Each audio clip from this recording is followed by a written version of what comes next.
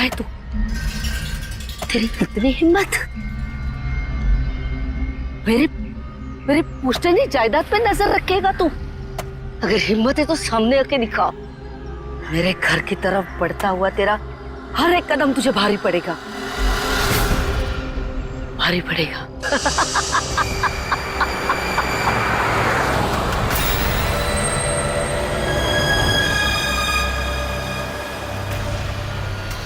यार यहाँ पे तो कोई भी नहीं दिख रहा, किससे पूछूं? इतना घना जंगल है, कोई साइन बोर्ड भी नहीं है यहाँ पे।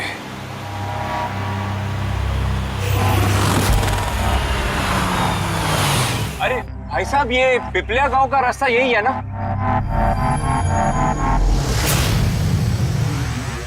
अरे सुनो ना भाई साहब। अरे बड़ा अजीब आदमी है।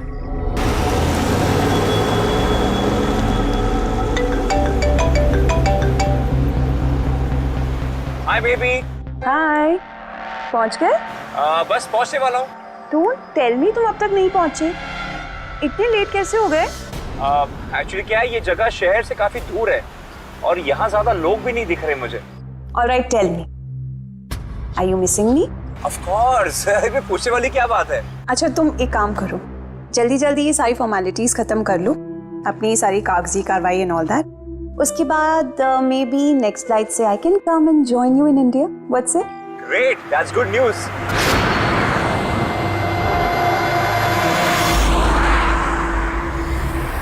अच्छा बेबी, मुझे लग रहा है कि मैं पहुंच गया हूँ, वो मकान दिख रहा है मुझे। अरे ये गेट क्यों बंद है?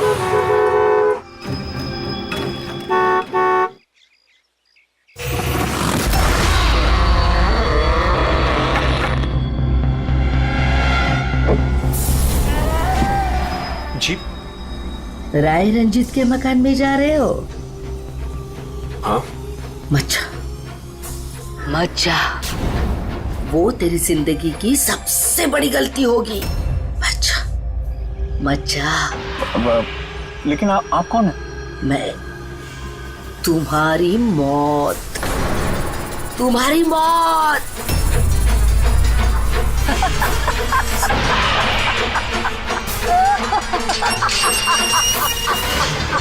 ए बुढ़िया, चल चल, अरे जा। अच्छा वरना तू भी मरेगा, तू भी मरेगा। मत जा वरना तू भी मरेगा, तू भी मरेगा। नसर साहब, आप राज साहब हैं? हाँ हाँ हाँ हाँ। आई। Hello Raj, Raj are you okay? कौन था? हाँ, अरे वंदना, मैं ठीक हूँ, कोई नहीं था और मैं पहुंच गया हूँ। ठीक है, बंगले पे मैं कॉल करता हूँ तुम्हें। Okay, you take care. हाँ, I will speak to you soon. Bye bye bye.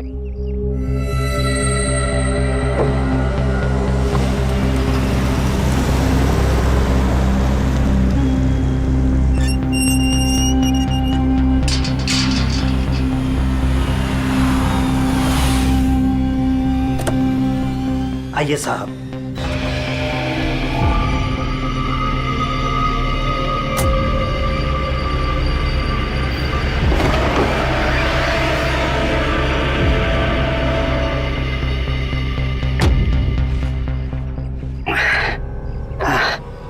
साहब, सफर में कोई तकलीफ तो नहीं हुई? नहीं, लेकिन वो औरत कौन थी? बुढ़िया औरत जो आपसे बात कर रही थी ना, लाली नाम है उसका, थोड़ी अजीब सी है। आपको उसकी बातों का बुरा तो नहीं लगा? नहीं, बुरा नहीं लगा मुझे, पर मुझे एक बात समझ में नहीं आई कि उस औरत ने मुझे यहाँ आने से मना क्यों किया।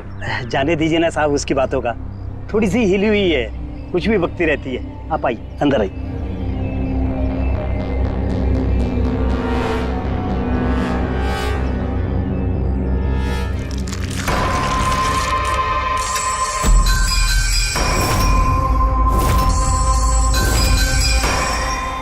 ये आदमी तो मुझे बीच रास्ते में मिला था। उसका नाम कमल है, यहाँ का माली। हमने सोचा अब आप यहाँ पर रहने वाले हैं तो क्यों ना बगीचे के जो रंग बिरंगे फूल हैं फिर से खिल उठाएं। अच्छा, आइए साहब।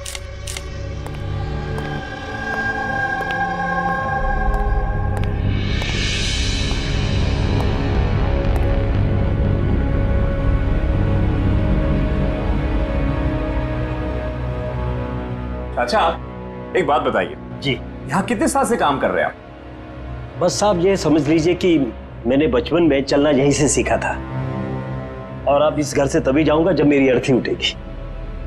साहब अब ये घर आपका है, कहीं आप मुझे नौकरी से निकाल तो नहीं देंगे? अरे नहीं नहीं नहीं चाचा, ऐसे कैसे बात कर रहे हैं आप? ऐसी कोई बात नहीं, बिल्कुल बेफिक्र रहिए। और इसमें इतने बड़े घर की देख रेख आपके सिवा और कौन कर सकता है? हाँ वाकई में आप बहुत नेक इंसान हैं। आइए।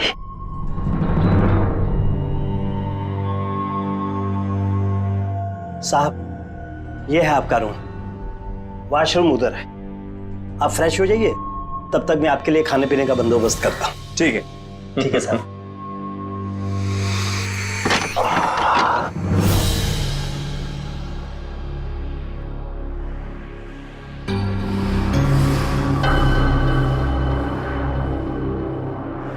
चला जा,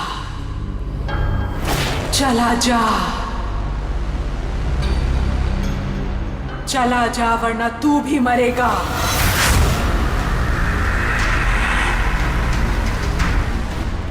कौन?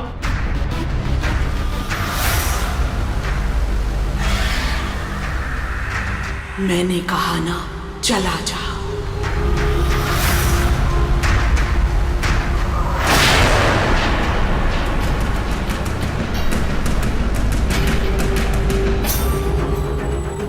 कौन है?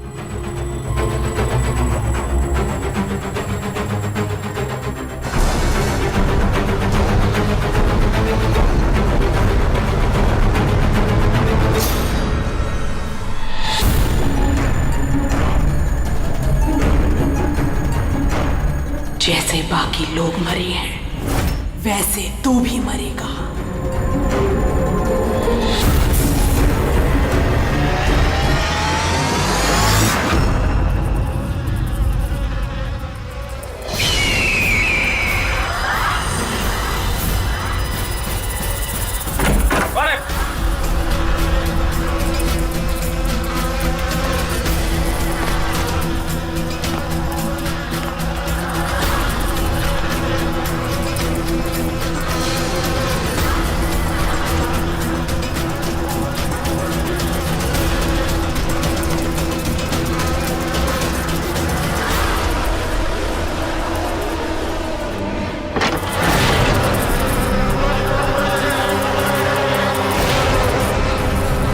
मधुमक्खी?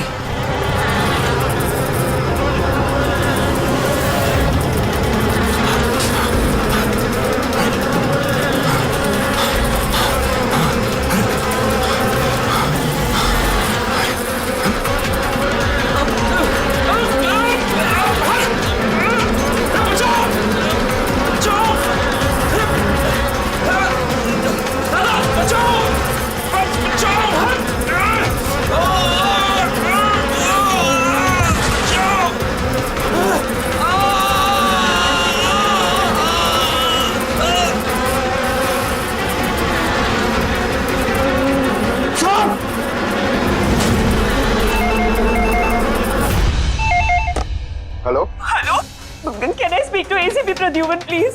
हाँ जरा शांत हो जाइए, कौन बोल रही हैं आप? मैं कौन बोल रही हूँ, मुझे क्या काम है, मैं सिर्फ उन्हें बताऊंगी। Can you just make me speak to him right now please? एक मिनट होल्ड करिए। सर, हाँ सर, फोन कॉल है। सर कोई लेडी है, बहुत रो रही है, कह रही है सिर्फ आपसे बात करेगी। Hello hello, ACP Pradyuman. हाँ मैं एसीपी प्रद्युमन बोल रहा हूँ। सर, हाँ कहिए। सर मैं वंदना बोल रही हूँ अमेरिका से। हाँ बताइए। सर मेरे साथ बहुत बहुत बहुत बुरा हुआ सर। क्या हुआ आपके साथ?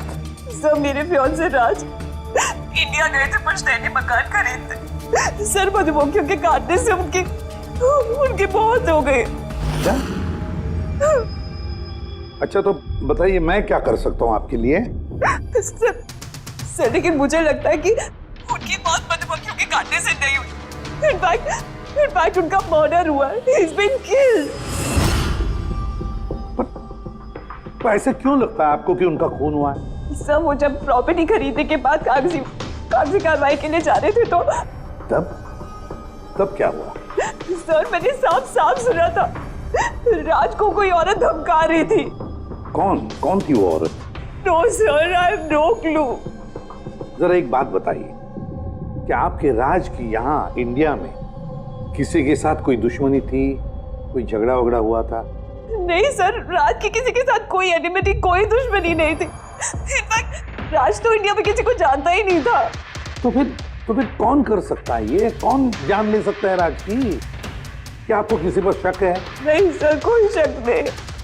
सर राज तो एक नेक काम करने जा रहे थे। कैसा काम? He wanted to start an orphanage. सिर्फ एक अनाथ आश्रम खोलना चाहते थे वो।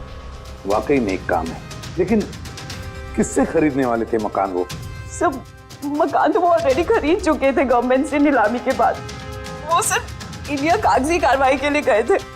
देखिए, एक काम कीजिए, सारे के सारे डिटेल्स मुझे भेज दीजिए, मैं आपकी पूरी की पूरी मदद करूंगा, ठीक है? सर मैंने सीआईडी के बारे में बहुत सुना है। सर मुझे भी जस्टिस मिलेगी ना? वंदना जी, मैं आपसे वादा करता हूं, आपको पूरा का पूरा इंसाफ दिलाएंगे हम, और जिसने भी आपके राज के साथ बुरा किया है उसे हम सजा दिलवाएंगे। वंदना, उसका मंगेतर राज अमेरिका से इंडिया आता है मकान खरीदने, अनाथाश्रम चलाने, और राज की मौत होती है मधुमक्खी के काटने से। इंटरेस्टिंग।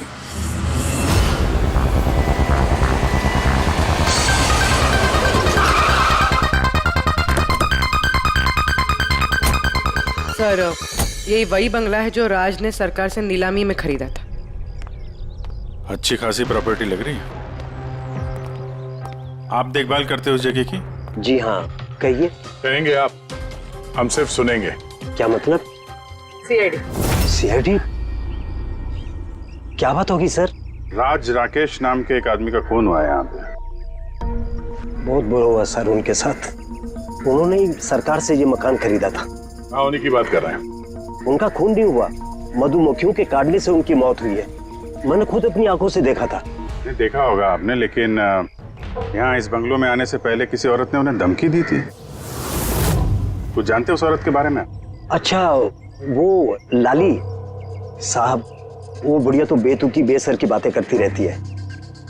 आप उसकी बातों को गंभीरता से मत लीजिए। क्या गंभीरता से लेना और क्या नहीं वो हम तय कर लेंगे। आप ये बताइए कि वो लाली वो रहती कहाँ है? कहीं भी नहीं सर। कहीं भी नहीं मतलब? उस बेचारी का ना तो अपना कोई घर है और ना ही कोई अपना परिवार। बस दिन भर इधर उधर घूमती रहती है। नहीं, कहीं तो बैठती होगी, खाना वाना खाती होगी। कोई एक जगह होगी ना जहाँ पे वो रहती होगी ज्यादातर। हाँ, पास में एक तालाब है, अक्सर वहीं बैठी रहती है। अच्छा, दे क्या तुम इस लाली से मिल लो, तब तक इस मकान का एक चक्कर लगा लेता हूं मैं। ठीक है, अब जरा वो जगह दिखाओ जहां पे खून हुआ था। आइए साहब। राज साहब यहां गिरे पड़े थे।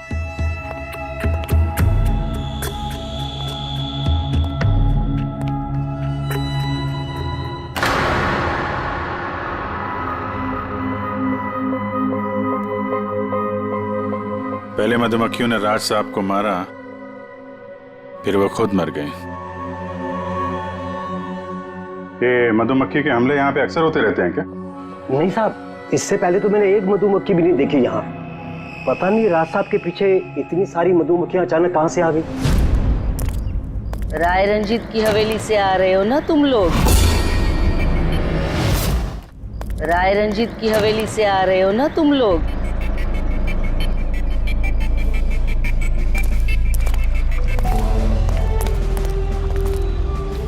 क्या कहा आपने? राय रंजीत के मकान से लौट रहे हो? आप कौन है? क्यों गए थे वहां? अपनी मौत को दावत देने गए थे? सर, लगता है ये लाली है। आप लाली हो ना? हाँ, तुम्हें किसने बताया? तुम्हें राय रंजीत के जासूसों ने यहाँ भेजा है? हाँ, उन्होंने ही भेजा है ना यहाँ पे। कौन कौन राय रंजीत? सांप था वो, सांप। उसने मेरी दादी को धोखा दिया, उन्हें अपने ही घर से धक्के मार के निकाल दिया।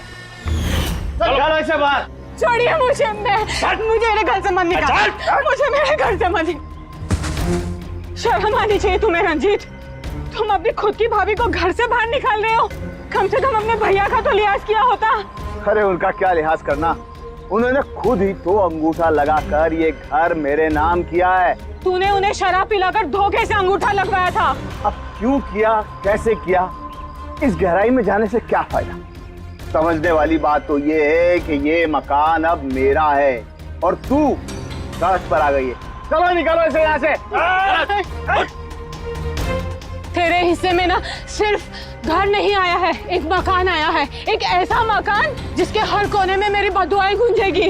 मैं तुझे श्राप देती हूँ, सिर्फ तू ही नहीं, इस घर का जो भी मकान मालिक बनेगा वो जिंदा नहीं बचेगा। मौत का खेल होगा यहाँ, मौत का खेल। अब तक कितने लोग मरे? वो सब लोग मर गए जिन्होंने वो मकान खरीदना चाहा। तुम लोग वो घर मत खरीदना, तुम भले लोग लग रहे हो, वरना तुम्हारी बीवी विधवा हो जाएगी।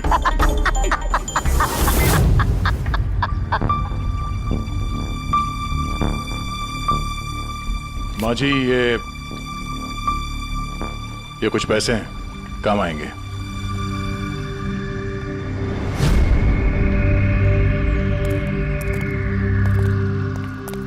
सर, लगता नहीं है इसका राज की मौत में कोई हाथ है। ये तो खुद बेचारी सदमे और विश्वास में लग रही है। हो सकता है राज की मौत कोई मर्डर ही ना हो, कोई हादसा हो।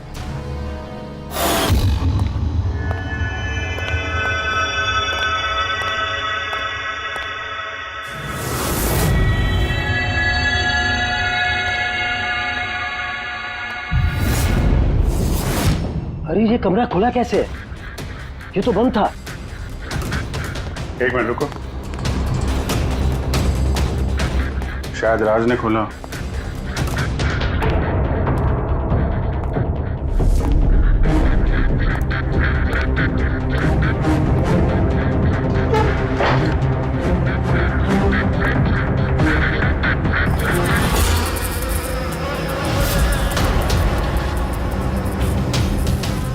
ये है तो छत्ता यहाँ पे। इधर आओ। जी सर। ये है मधुमक्खी का छत्ता। अरे मैं पहली बार देख रहा हूँ साहब। तो ये राज यहाँ इस स्टोर रूम में क्या करने आया था? साहब शायद बंगलू देखने आए होंगे। अच्छा, और उस वक्त तुम खाना लेने गए थे? जी सर।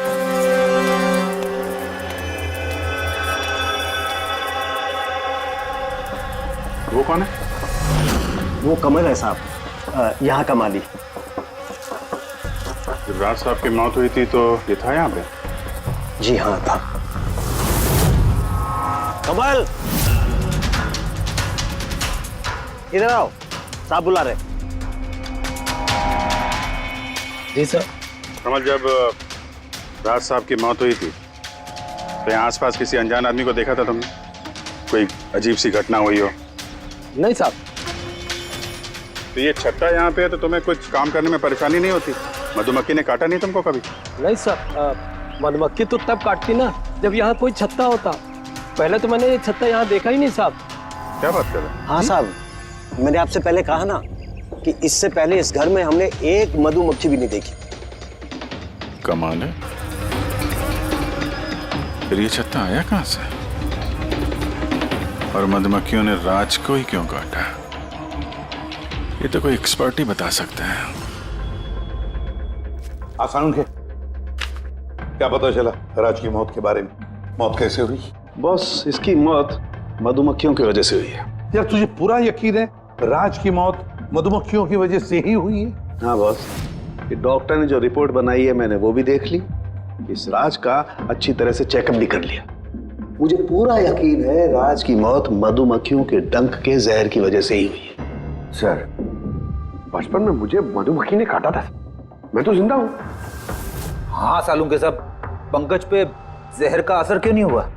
अरे पंकज को मधुमक्खी ने काटा था, मधुमक्खियों ने नहीं काटा था। बॉस अगर एक दो मधुमक्खी काटे तो बात समझ में आती है, लेकिन सैकड़ों मधुमक्खियां अगर हमला कर दे तो इट्स इम्पॉसिबल। मधुमक्खियों के डंक से साळुंखे कहता है कि राज की मौत मधुमक्खियों के डंक से हुई है, मधुमक्खियों के जहर से। और राज की मंगेतर वंदना कहती है कि राज का खून हुआ है।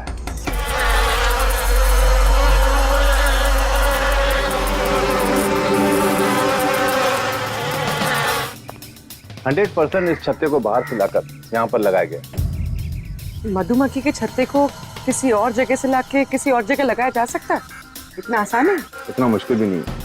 शहद के व्यापार के लिए अक्सर ऐसा किया जाता है। आप बता सकते हैं कितने दिन पहले इस छत्ते को यहाँ पे लगाया गया? ज्यादा दिन नहीं, लगभग 2-3 दिन। सर अगर मान भी ले कि खूनी ने ये छत्ता यहाँ पर इसलिए लगाया था कि वो राज को मार सके, लेकिन उसे कैसे पता था कि ये मधुमक्खियाँ राज पे ही हमला करेंगे, किसी और पे नहीं? मधुमक्खियां बिना वजह किसी पे भी डंक नहीं मारती, क्योंकि डंक मारने के बाद उनकी खुद की भी मौत हो जाती है। तो ऐसी क्या चीज है जो उन्हें उत्तेजित करती है अटैक करने के लिए? देखिए, जब उन्हें लगता है कि सामने वाले इंसान से उन्हें कुछ खतरा है। अच्छा केदार साहब, ऐसा हो सकता है क्या कि मधुमक्खियों को ट्रेन किया जा सके कि वो किसी एक आदमी पे हमला करें? कैसी बातें करते हैं अभिजीत साहब, ये मधुमक्खियां शार्प शूटर नहीं कि कोई भी इन्हें कह दे कि फलां फलां को डंक मारकर आ जाए। अच्छा, आपने अभी भी कहा कि ये मधुमक्खी किसी को काटने के बाद ये खुद भी मर जाती है, तो ऐसी क्या मजबूरी है कि वो किसी को काटती है? जरा डिटेल में समझाएंगे? मधुमक्खी जब भी किसी को डंक मारती है तो फेरोमोन नाम का एक गंध छोड़ती है, जिससे कि बाकी मधुमक्खियां सचेत होकर सब मिलकर उस पर हमला कर देती हैं। इसीलिए मैंने पहले भी कहा था, मधुमक्खियां बिना वजह किसी पे भी हमला नहीं करती। जरूर राज ने मधुमक्खी के छत्ते के साथ कुछ छेड़खानी की होगी। सर खूनी को कैसे पता था कि राज इस छत्ते के साथ छेड़खानी करेगा? कहीं ये मौत वाकई हादसा तो नहीं? नहीं पूर्वी, राज के आने के ठीक 2 दिन पहले इस छत्ते को यहाँ पे लगाना ये कोई संयोग तो नहीं हो सकता। सर राज की मौत के बाद ये घर वंदना के नाम हो जाएगा, कहीं सबके पीछे वंदना तो नहीं है? वंदना इंडिया कब आ रही है? What nonsense! How could you even think like that? आप ऐसे कैसे सोच सकते हैं कि राज की मौत के पीछे मेरा हाथ हो सकता है? और फर्ज कीजिए कि राज की मौत के पीछे मेरा हाथ था, तो मैं आप लोगों को फोन क्यों करती? पुलिस तो ऑलरेडी ये केस क्लोज कर चुकी थी ना। देखिए, हम सिर्फ पूछ रहे हैं। वैसे राज जी के बाद ये मकान किसके नाम पे है? I don't know. राज ने गवर्नमेंट से मकान खरीदा था, तो शायद गवर्नमेंट को वापस मिल गया। मुझे अभी तक कोई नोटिस नहीं आया। हाल फिलहाल में राज का किसी के साथ कोई झगड़ा हुआ था? I have already told you that. राज एक नेक दिल इंसान थे और उनका किसी से दुश्मनी होना was impossible. अगर मुझे पता होता कि राज की नेक दिली उनकी जान ले लेगी तो मैं उन्हें कभी इंडिया आने ही नहीं देती। ये अनाथ आश्रम खोलने का ख्याल राज जी के दिमाग में कैसे आया? राज खुद अनाथ थे, इसलिए वो दूसरे अनाथ बच्चों की फीलिंग समझते थे। वो अनाथ बच्चों को घर जैसा माहौल देना चाहते थे, और जैसे उन्हें पता चला कि गवर्नमेंट ये मकान नीलाम कर रही है तो राज ने सबसे ऊंची बोली लगाकर ये मकान खरीद लिया। तो कहीं इस राज की मौत का कारण ये घर तो नहीं है? हो सकता है कोई और भी इस घर को खरीदना चाहता था, राज बीच में आ गया इसलिए। What? कोई इतना नीच कैसे हो सकता है? इस दुनिया से इंसानियत उठ गई है क्या? इंसानियत है वंदना जी, इंसानियत है, लेकिन कुछ लोग हैं जो इंसानियत में जहर घोलने पे तुले हुए हैं। पता करते हैं किस किस को दिलचस्पी थी इस प्रॉपर्टी में। देखिए सर, मैं आप लोगों को नहीं बता सकता हूँ कि राज जी के अलावा किन किन लोगों ने इस नीलामी में हिस्सा लिया था। सॉरी। क्यों नहीं बता सकते? देखिए, ये सरकारी सर इंफॉर्मेशन है, ऐसे किसी के साथ शेयर नहीं कर सकता हूँ मैं। हम भी तो सीआईडी का ही काम कर रहे हैं। हाँ वो सब ठीक है, लेकिन क्या है कि अगर सरकारी नोटिस मिल जाए तो मैं ये आपको इन्फॉर्मेशन दे सकता हूँ, उसके बिना नहीं दिखा सकता सर। तो नोटिस मिल गया। आप खुश हैं आप? देखिए, अगर काम कायदे से होता है तो अच्छा लगता है।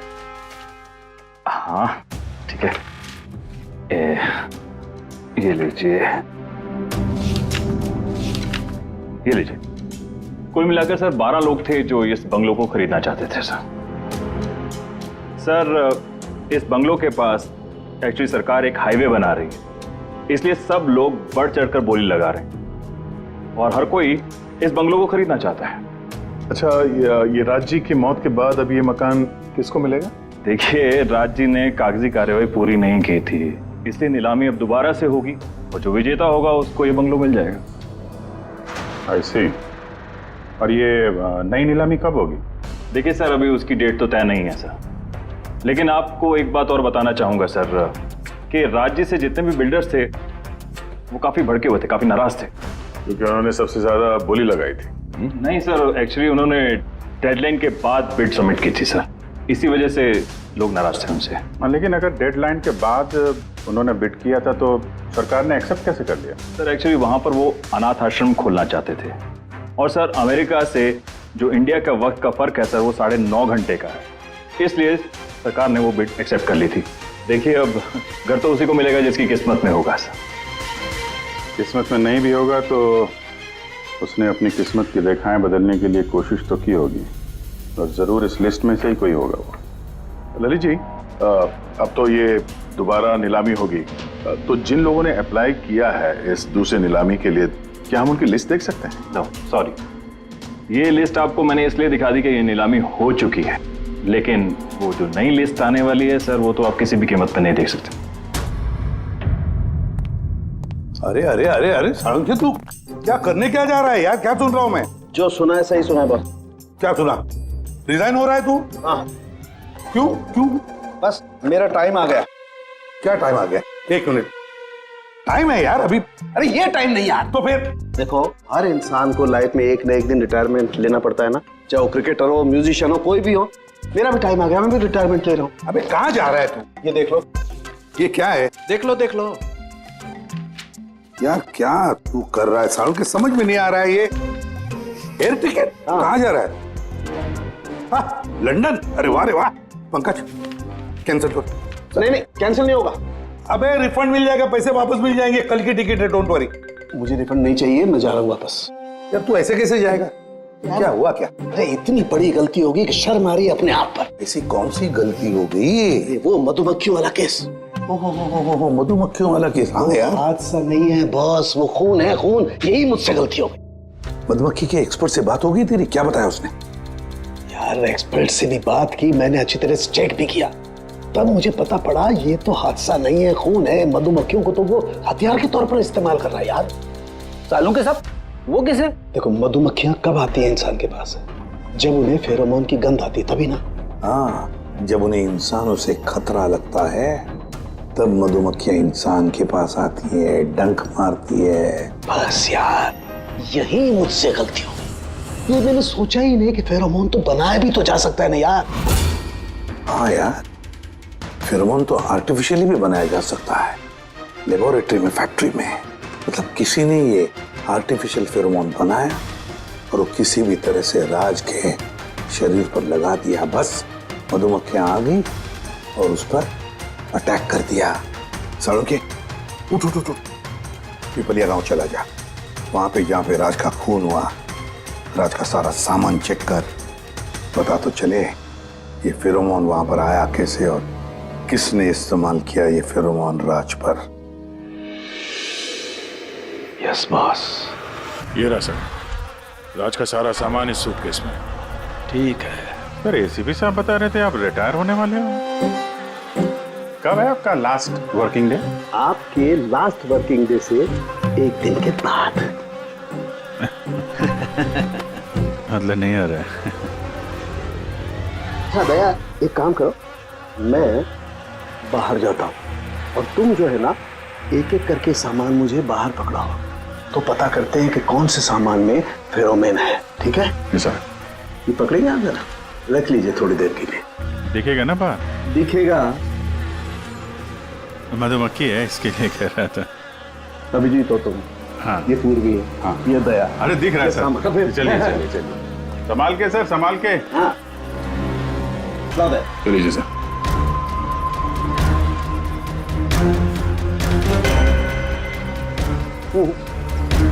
नहीं, इसमें फेरोमोन नहीं है। अरे सर संभल के। अरे कुछ नहीं, जिसमें फेरोमोन होता है उसी पे अटैक करती है।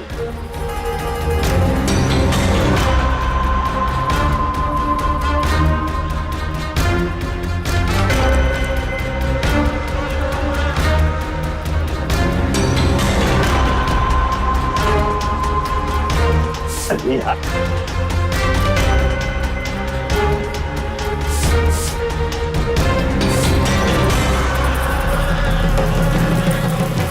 हरकत हुई, देखो देखो, अटैकिंग मूड में आई है ये मधुमक्खी, देखो। सर किसी ने राज के परफ्यूम में फेरोमोन मिलाया। अरे यार, ये मधुमक्खी ने मुझे काटा ना। सर आप निकलो यहाँ से। अरे यार, अरे पानी में जाओ, पानी में। पानी किधर है? अरे सामने उस तरफ सर। अरे उधर कुआं है सर, जाओ ना। कुएं में घुस जाओ। अरे सर निकलो यहाँ से, जाइए सर।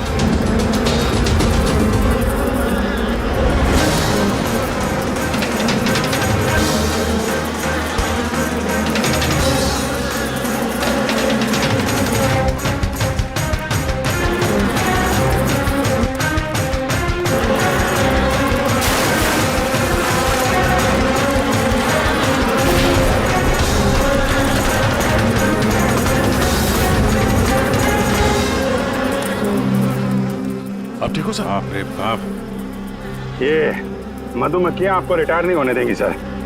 बाहर निकालो मुझे। आइए आइए आइए सर। मधुमक्खी, अरे नहीं, आइए आइए आइए। हेलो जी, नमस्ते, कैसे हैं आप? जी मैं चंदूमल फंडूमल कंकेशवास। अरे वाह, बहुत लंबा नाम है आपका। बताइए क्या काम था आपको? जी वो नीलामी के लिए आया था मैं, वो पुराना वाला बंगलो हाईवे के पास, वो खरीदना है मुझे। सर ऐसे नहीं खरीद सकते हैं सर, उसमें नीलामी होगी तभी वो जो जीतेगा वही खरीद सकता है। अरे तो पैसा लगाएगा ना, मैं पैसा लगाएगा। देखिए अब टाइम नहीं बचा है, सिर्फ 15 मिनट बचे हैं, आप लेट हो गए। अरे क्या बात कर रहे हैं सर, 15 मिनट में क्या क्या हो जाता है। ये देखिए ना, मैं तो ये बेड का लिफाफा भी लाया हूँ, ये देखिए। राकेश इधर रजिस्टर लेकर आ।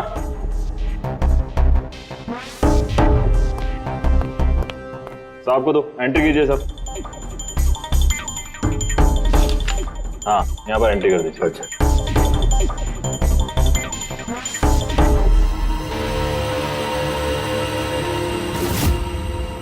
यहाँ साइन कर दीजिए लास्ट को। Good, like. अच्छा वेरी गुड, ये तो अच्छा हो गया सर। वो बंगले का चाबी? और मजाक कर रहे हैं?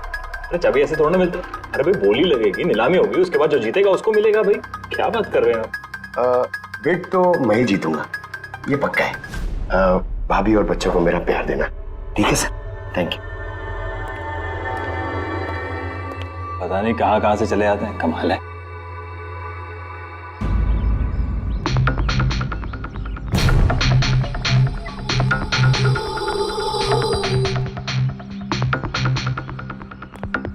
क्या भाई साहब काम हुआ? सर ये देखिए, चंदूमल फंडूमल कंकेशवास का कमाल। बैठ जाओ पंकज। 12 में से 2 लोग हैं जिन्होंने दोबारा बोली लगाई है इस मकान को खरीदने के लिए, हेमंत और रोशन। मतलब खूनी इन्हीं 2 में से कोई हो सकता है। और जो कोई भी है, इस बार भी इस मकान को हथियाने के लिए किसी भी हद तक जा सकता है। दोस्तों अब ये वक्त आ गया है कि बता दिया जाए कि नीलामी का विजेता आखिर है कौन। और मुझे बताते हुए बहुत खुशी हो रही है कि नीलामी के जो विजेता है मिस्टर रोशन। रोशन जी आपको बहुत बहुत बधाई हो। 1 मिनट, काय की बधाई हो? सबसे ज्यादा बेट मैंने लगाई थी, ये कैसे जीत गए? देखिए भाई साहब, आपको कोई गलतफहमी हुई है। सबसे ज्यादा बेट मिस्टर रोशन ने लगाई थी, इसलिए रोशन को मकान दे दिया गया। ऐसा हो ही नहीं सकता।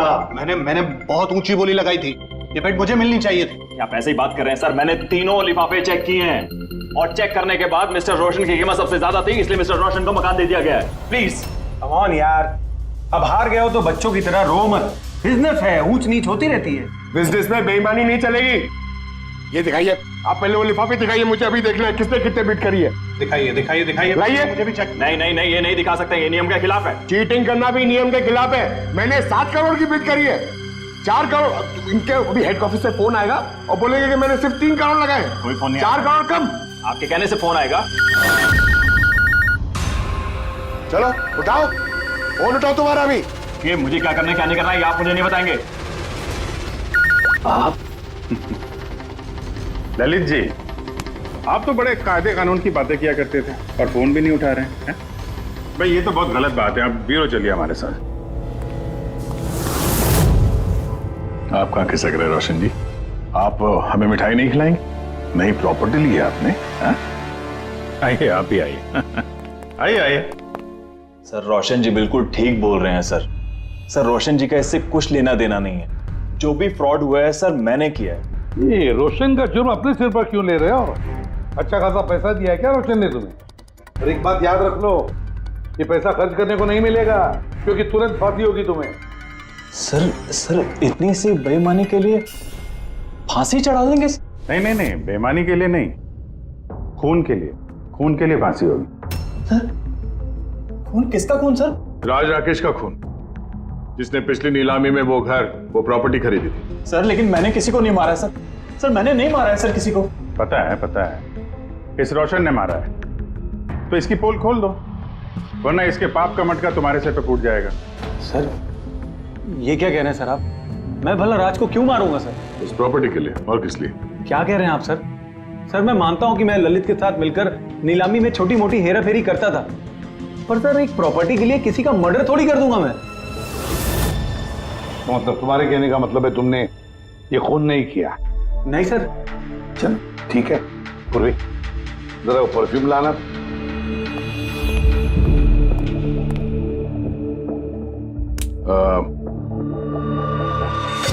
ये परफ्यूम छिड़क दूं? हाँ? बाहर मधुमक्खियों का छत्ता है, क्या बोलता है? Sir perfume? हाँ? आपकी मर्जी सर, लेकिन हमारे इस केस से परफ्यूम का क्या लेना देना सर? मुझे वाकई पता नहीं इस परफ्यूम का कोई इस केस से संबंध है। सर जी हम सच कह रहे हैं सर, राज्य की मौत से हमारा कोई संबंध नहीं है सर। ललित बिल्कुल ठीक कह रहा सर।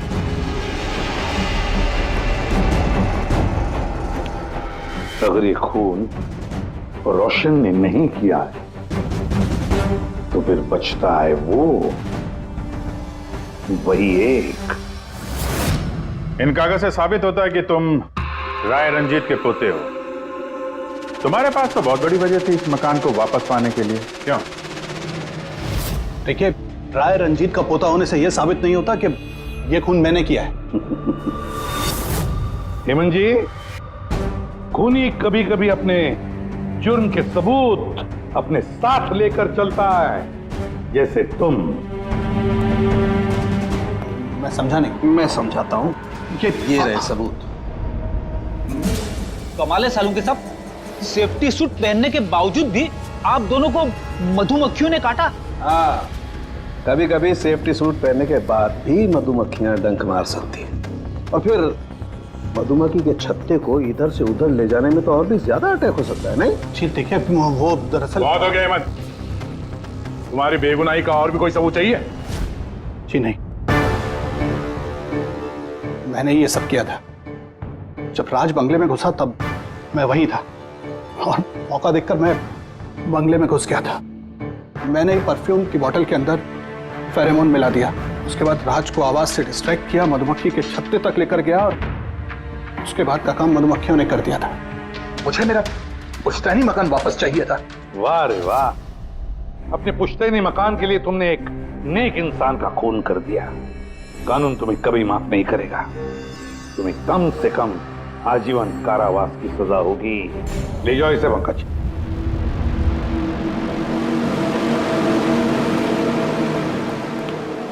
पंखे,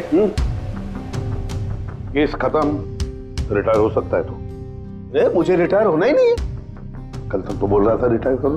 वो कल की बात थी। भगवान, मतलब पीछा तो नहीं छूटने वाला इस आदमी से अपना। पीछा नहीं छूटने वाला है किसी का किसी से नहीं। मुझे तुम्हारे बिना चैन नहीं और तुम्हें मेरे बिना चैन नहीं। ये लीजिए, सरकार ने बंगलो अब राज से आपके नाम करने का निर्णय लिया है। उम्मीद है कि अब आप मिस्टर राज के अनाथ आश्रम खोलने का सपना पूरा कर पाएंगे। राज के जाने के बाद मेरी लाइफ का यही मकसद रह गया है, उसका आखिरी सपना पूरा करना। But thank you so much Raj को जस्टिस दिलाने के लिए। हमने जो कुछ भी किया वो तो हमारा फर्ज था। आपको और कोई मदद की जरूरत हो तो हमें जरूर याद करिएगा। कभी कभी आते रहेगा, उन बच्चों को भी आपसे इंस्पिरेशन मिलेगी। ये भी कोई पूछने की बात है? हो सकता है उन बच्चों में हमें कोई हमारा नया सीआईडी ऑफिसर मिल जाए।